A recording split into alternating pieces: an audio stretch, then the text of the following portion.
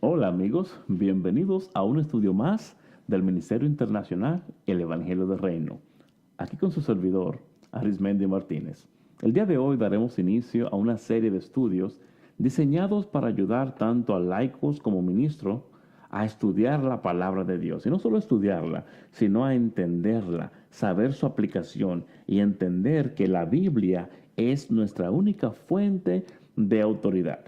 Pero habiendo dicho esto, toda religión y toda persona llamada cristiana allá afuera dice tener la Biblia como su fuente de autoridad.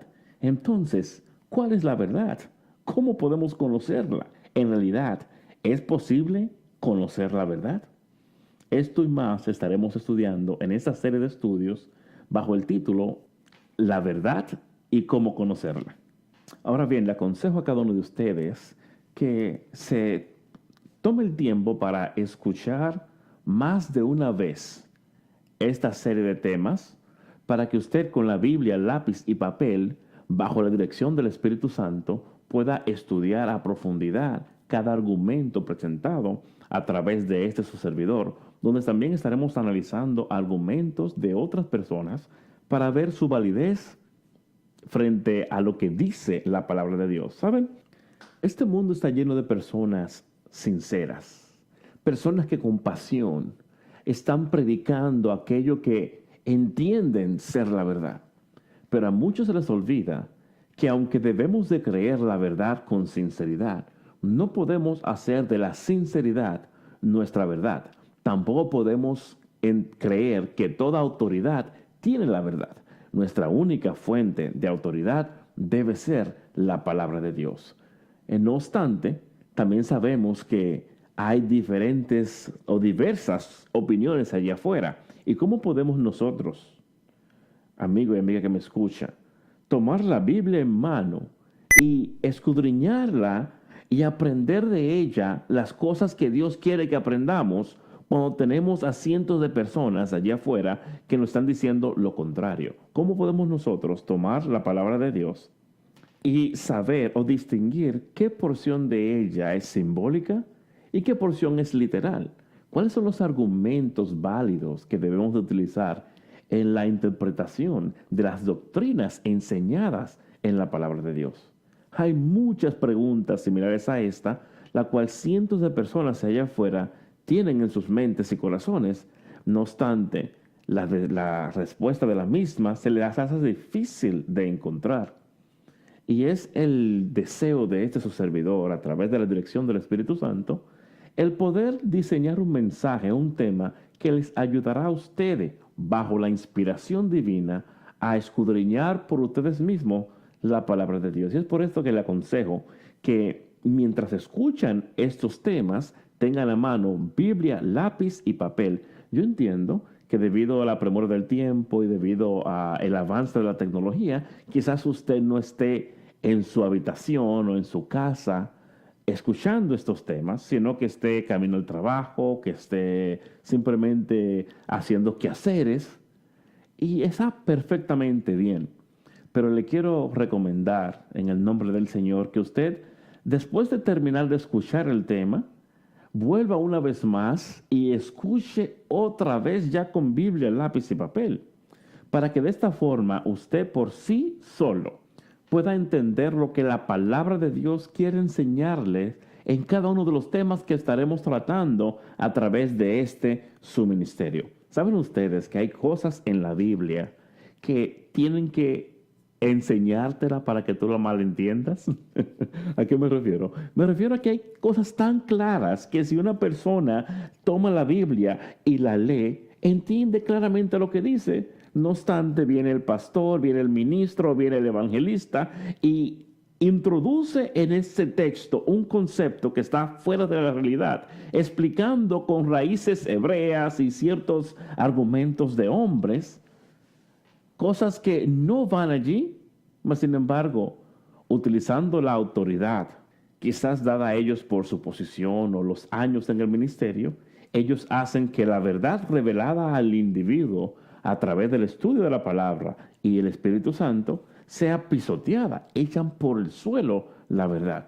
Debemos de tener pendiente en cuenta el hecho de que tenemos que creer la verdad con sinceridad y tener la verdad como nuestra autoridad, pero no porque haya sinceridad y haya autoridad significa que aquella persona está en la verdad.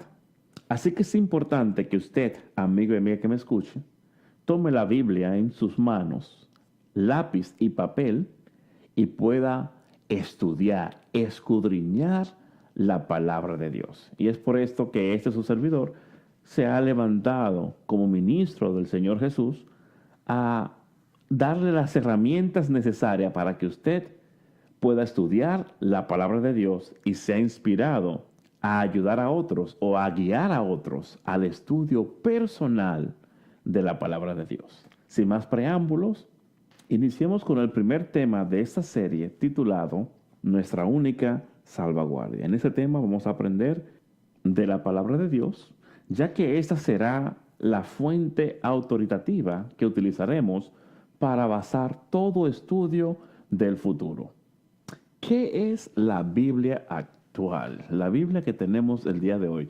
Bueno, la palabra Biblia es el plural de la palabra griega biblión, que significa libro, lo que hace de la Biblia en realidad una biblioteca portable de 66 libros. Un dato muy importante a entender.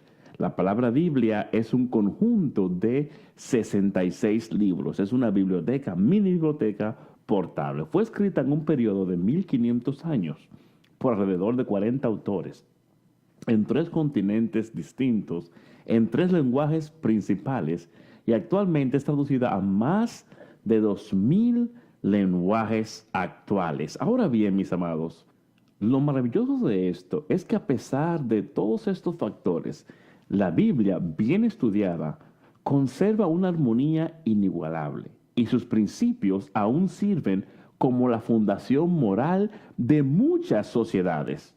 A través del estudio y aplicación de los principios encontrados en la Biblia, el ser humano transforma o es transformado de acuerdo a la imagen de aquel que nos creó.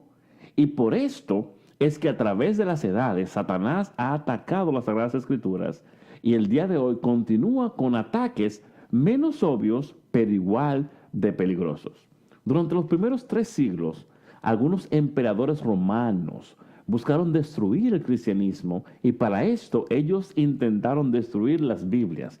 En febrero 23 del año 303 después de Cristo, el emperador Diocleciano ordenó que todas las copias de la Biblia sean entregadas a la policía romana para ser quemadas. Miles de Biblias fueron destruidas y muchos cristianos perdieron sus vidas por no entregar sus Biblias. En los países islámicos, desde el siglo VII hasta ahora, la Biblia ha estado prohibida y muchos cristianos han perdido sus vidas por compartir y enseñar las verdades bíblicas en esos países. La circulación de la Biblia también ha sido atacada desde dentro del mismo cristianismo de diversas formas por parte de la misma iglesia y autoridades cristianas. ¿Sabía usted eso? El comunismo también ha atacado la Biblia, desacreditando sus enseñanzas y previniendo su circulación. En los últimos 100 años, el comunismo ha utilizado la educación y medidas legales para desacreditar la Biblia y prevenir su circulación, como ya habíamos explicado, y en nuestros días podemos ver cómo el gobierno, a través de la educación y los medios de comunicación, han desacreditado la Biblia y borrado su influencia en nuestra sociedad. ¿Saben? Ya pueden ver lo importante que es la Biblia, tanto así que el odio de Satanás a través de las edades se ha encendido en contra de la misma.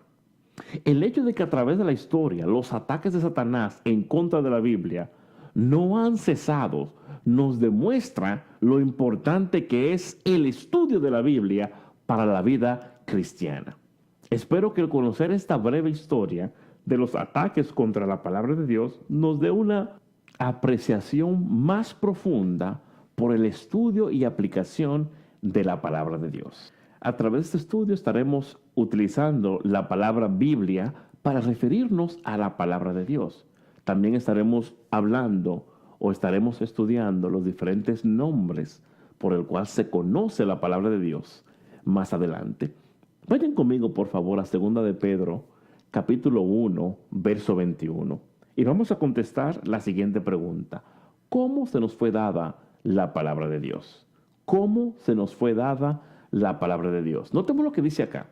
Porque la profecía no vino en tiempo pasado por la voluntad del hombre, sino que los santos hombres de Dios hablaron siendo guiados por el Espíritu Santo. Notemos acá, mis amados, aquí dice que las profecías, o sea, la palabra de Dios y el mensaje de la misma, no vino en tiempos pasados por la voluntad del hombre, sin embargo, sí vino por manos de hombre. ¿Por qué? Porque fueron santos hombres de Dios que hablaron siendo guiados por el Espíritu Santo.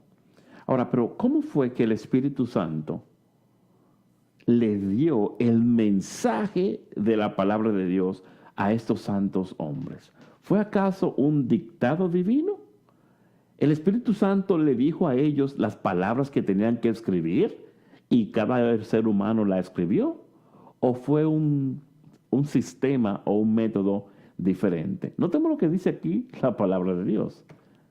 Dice en 2 Timoteo capítulo 3, verso 16, toda escritura es inspirada divinamente y es útil para enseñar, para redarguir, para corregir, para instruir en justicia. Mis amados, aquí notemos que el verso 16 de 2 Timoteo capítulo 3 nos dice que toda escritura es inspirada, o sea, es inspiración divina, no es un dictado divino. Eso significa que tenemos un mensaje divino en lenguaje humano. Las palabras por sí de la Biblia no fueron dictadas por Dios, pero el mensaje de la misma fue inspirado por Dios. ¿Cuál es la diferencia entre dictar algo o inspirar algo? Permíteme tomar un pequeño ejemplo o hacerle un pequeño ejemplo para que ustedes mejor entiendan la diferencia entre un dictado y una inspiración. Supongamos que yo quiero hablar sobre lo esencial de algo. Por ejemplo, que yo quiero dejarles saber a ustedes que el leer la palabra de Dios es algo esencial que tenemos que hacer todos los días. Yo puedo hacerlo de dos formas. Yo puedo dictar ese mensaje a un escriba y decirle, señor escriba, por favor, escríbame lo siguiente. Es importante que cada uno de ustedes haga de la palabra de Dios su diario vivir. Esa es la forma en la que yo dicto, si yo fuera a hacerlo, ese mensaje. Pero, ¿qué tal si yo quiero inspirar el mensaje? Y si quiero inspirar el hecho de que es importante que cada uno de ustedes lea la palabra de Dios y la haga como parte de su vida diaria. Si hablo con un mexicano y lo inspiro a él y le digo que déjale saber esto al pueblo, ellos pueden decir, deben de querer o deben de familiarizarse con la palabra de Dios como los panes y las tortillas. ¿Por qué? Porque es algo común en México que cada día se utiliza. Y me disculpan aquellos amigos y hermanos mexicanos, porque quizás estoy caracterizando equivocadamente o erróneamente la cultura. Pero si fuera un dominicano dijera, es que la palabra de Dios tiene que ser nuestro arroz con habichuela, porque el arroz con habichuela es típico en todas las casas de la República Dominicana. A las 12 del mediodía, por lo general, hay arroz con habichuela o arroz con frijoles. Entonces, la persona puede decidir proyectar o transmitir el mensaje de la importancia y del hecho de que debemos de hacer de la palabra de Dios un uso diario en nuestras vidas. Lo puede hacer utilizando esas diferentes analogías o estas diferentes simbologías, pero el mensaje sigue siendo el mismo. Si, por ejemplo, el pastor Fernando Torres, que es mexicano, le dice a la congregación, es que la Biblia es la tortilla de cada día, y luego vengo yo, que soy dominicano, y digo, es que la Biblia es el arroz con habichuela de cada persona. Una persona podía decir, oye, se están contradiciendo. Uno dice que es la tortilla, otro dice que es el arroz con habichuela.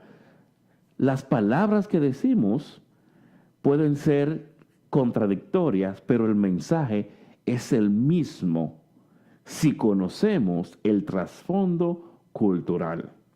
¿A qué me refiero?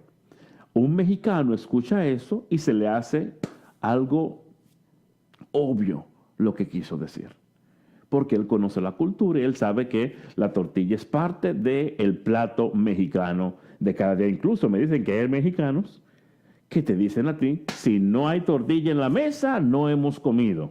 De la misma forma que cuando no hay arroz, decimos lo mismo. ¡Ay, no he comido hoy porque no he comido arroz! Digo, hablo de los dominicanos. Me acuerdo yo que en una ocasión mi mamá estaba inspirada para hacer dos cosas saludables en el hogar. Y que ensaladas, que frutas, etcétera, etcétera. Y nos dio un manjar muy delicioso, pero al final del día le dice mi papá, mujer, yo no he comido hoy. ¿A qué se refería? De que no había consumido arroz en ese día, porque es parte de nuestra costumbre, de nuestra cultura. Bueno, bien, el puntito es que tenemos que entender, mis amados, que la Biblia es inspiración divina, pero es un lenguaje humano. Por lo tanto, hacemos bien el aprender el contexto histórico de la palabra de Dios. Ahora, ¿cómo le llamó Jesús a la palabra de Dios? Porque el día de hoy comúnmente nos referimos a la palabra de Dios como la Biblia. No obstante, es importante que entendamos que la Biblia, como hablamos en el principio, es una composición de varios libros. Notemos lo que nos dice Mateo 22, verso 29. Mateo capítulo 22, verso 29. Aquí nos dice lo siguiente. Entonces respondiendo Jesús les dijo, erráis, ignorando las Escrituras y el poder de Dios. A la palabra de Dios, Jesús le llamó las Escrituras. Ahora, ¿cuáles escrituras o a cuáles escrituras se refería Jesús? ¿Cuáles son las Escrituras? ¿Qué es lo que compone las Escrituras? Eso lo vemos en Lucas capítulo 24, el verso 44. Aquí nos dice lo siguiente. Y él les dijo, estas son las palabras que os hablé, estando aún con vosotros, que era necesario que se cumpliesen todas las cosas que están escritas de mí en la ley de Moisés y en los profetas y en los salmos. Notemos esto, la ley de Moisés, los escritos de Moisés, los profetas, los escritos por los profetas mayores y profetas menores, y los salmos. En otra lección hablaremos de las diferentes divisiones de la palabra de Dios.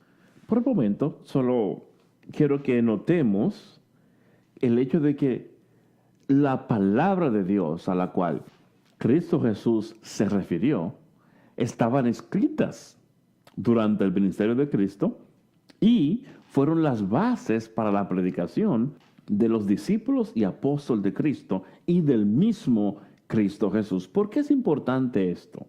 Y me estoy adelantando un poco al estudio, pero es importante que entendamos esto, amigo y amiga que me escucha, porque el día de hoy está de moda el que le digan a ustedes, compruébame con el Nuevo Testamento, tal y tal cosa. No, eso no vale porque está en el Antiguo Testamento. Compruébame con el Nuevo Testamento, tal y tal cosa. Y hay una incongruencia, una inconsistencia argumentativa de parte de muchos, tanto católicos como protestantes, que se contradicen a sí mismos porque para explicar o argumentar un tema, te dicen que no utilice el Antiguo Testamento y para ellos mismos comprobar otro tema, utilizan el Antiguo Testamento. Y estas son inconsistencias argumentativas, utilizadas, como dije, tanto por católicos como protestantes, para defender o oponerse a ciertos puntos.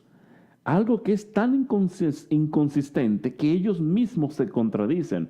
Y toda persona que esté estudiando y analizando lógicamente los argumentos expuestos por estas personas, se daba cuenta de falacias como esta, que hay una inconsistencia argumentativa. Unos dicen también, no solamente diciendo del Antiguo Testamento, pero diciendo que el hecho de que algo no se mencione en el Nuevo Testamento significa que no es válido. O sea, a eso se le llama el argumento del silencio. Sin embargo, no hay nada en el Nuevo Testamento que prohíbe tener relaciones íntimas con un animal.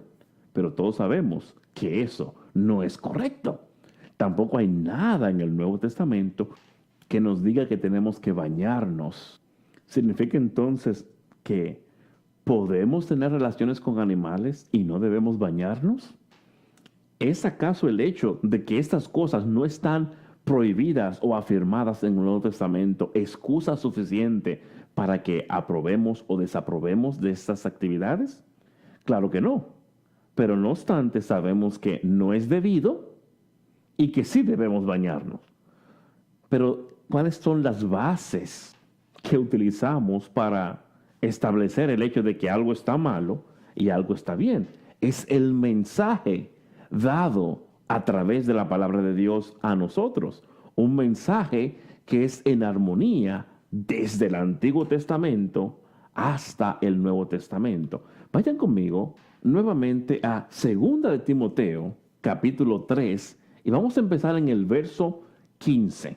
2 de Timoteo, capítulo 3, verso 15. Notemos lo que nos dice aquí la palabra de Dios.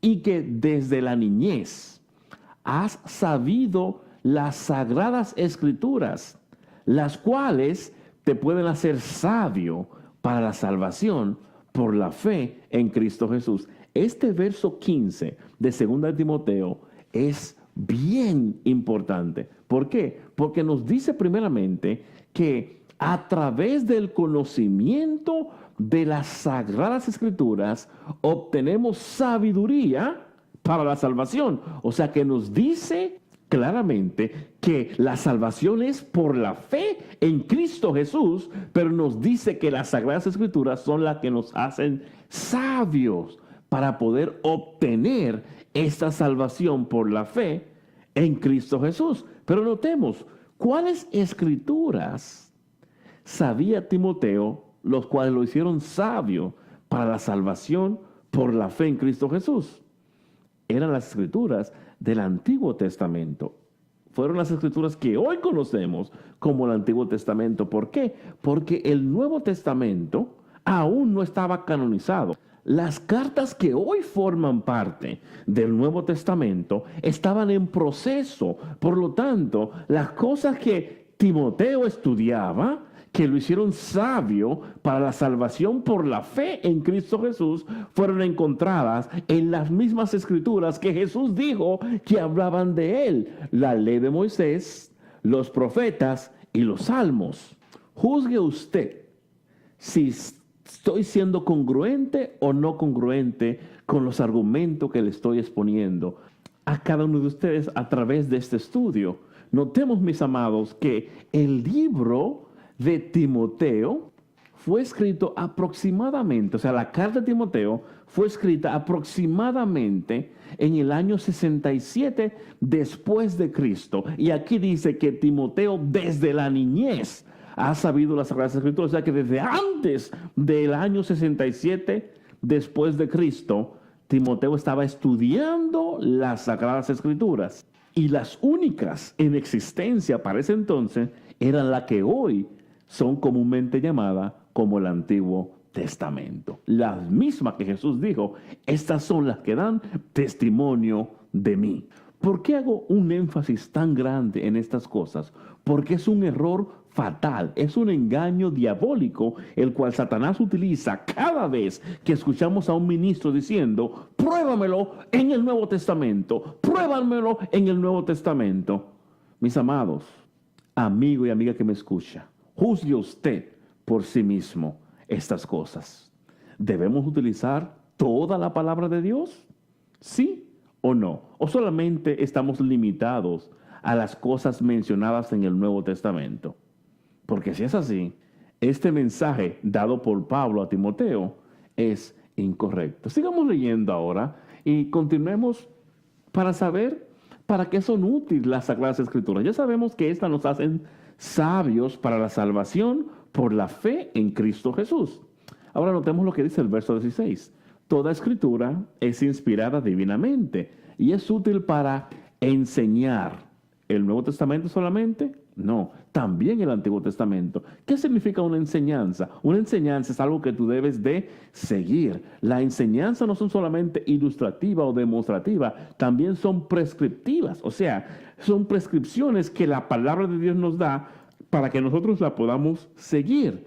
Dice, es útil para enseñar, para redarguir, para corregir, para instruir en justicia. ¿Saben ustedes que la justicia de Dios es en Cristo Jesús, pero que tú y yo somos también llamados a hacer justicia, llamados a ser justos? Notemos lo que dice el verso 17.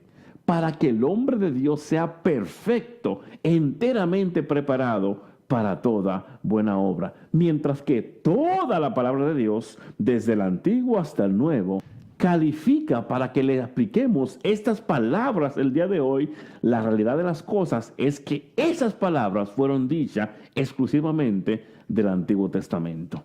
Nuevamente les repito, no significa que el día de hoy únicamente lo aplicaremos al Antiguo Testamento. No, lo vamos a aplicar a toda la palabra de Dios, todo el canon bíblico, desde el Génesis hasta el Apocalipsis, pero no podemos permitir que en nuestras mentes suba la mentira de que el Antiguo Testamento no es para nosotros el día de hoy. Sí lo es. Y esas palabras fueron específicamente dichas en referencia al Antiguo Testamento.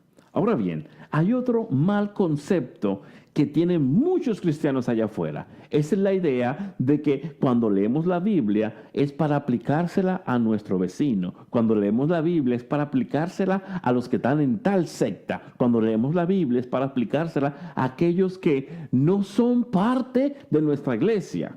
Sin embargo, ¿para quién fueron dadas las Escrituras? 1 Corintios capítulo 10, verso 11 nos dice: y todas estas cosas les acontecieron como ejemplo y están escritas para amonestarnos a nosotros. ¿A quiénes? A nosotros, sobre quienes los fines de los siglos han venido.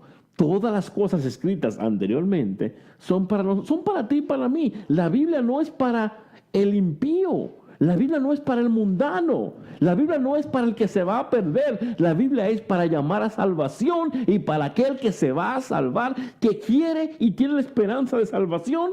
Para él es la Biblia. O sea, es para ti y para mí. Cuando la vayas a estudiar, tienes que hacerlo con esa intención en tu corazón de tú aprender, para tú aplicar, para tú poder crecer. No solamente para excusarte o para mostrar el error en los demás, sino para que tú mismo te acerques a la verdad de la palabra de Dios. Notemos lo que nos dice Romanos capítulo 15, verso 4. Porque las cosas que antes fueron escritas para nuestra enseñanza fueron escritas, para que por la paciencia y consolación de las Escrituras tengamos esperanza. Alabado sea el Señor. Con estas palabras les daremos conclusión al primer segmento en nuestra serie, La verdad y cómo conocerla. Si te gustaría continuar recibiendo estos mensajes y otros de edificación personal, recuerda suscribirte a tu canal y darle a la campanita para que seas notificado cada vez que tengamos un nuevo tema. Y recuerda, si esto ha sido de edificación para tu vida, comparte con un amigo. Que Jehová te bendiga y te guarde. Es mi deseo y sincera oración. Bendiciones.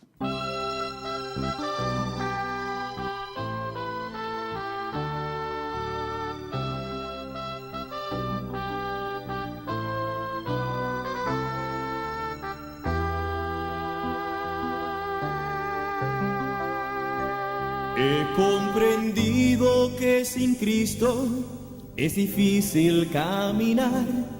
He comprendido que la vida sin Él es vanidad.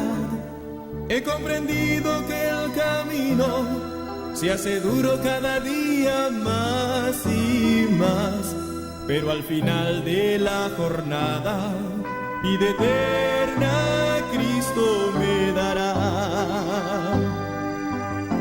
Solo con Cristo podemos avanzar. Él es el la vida y la verdad.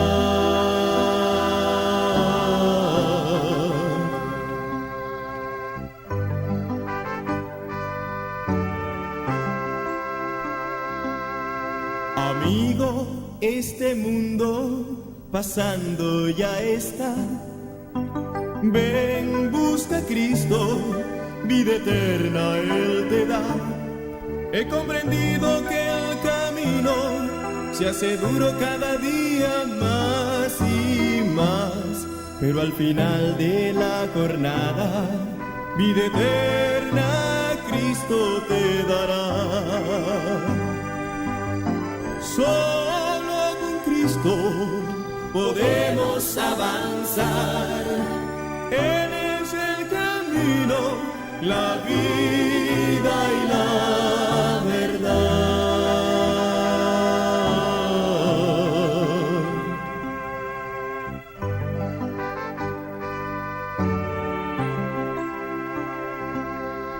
Solo con Cristo podemos avanzar. Él es el camino, la vida y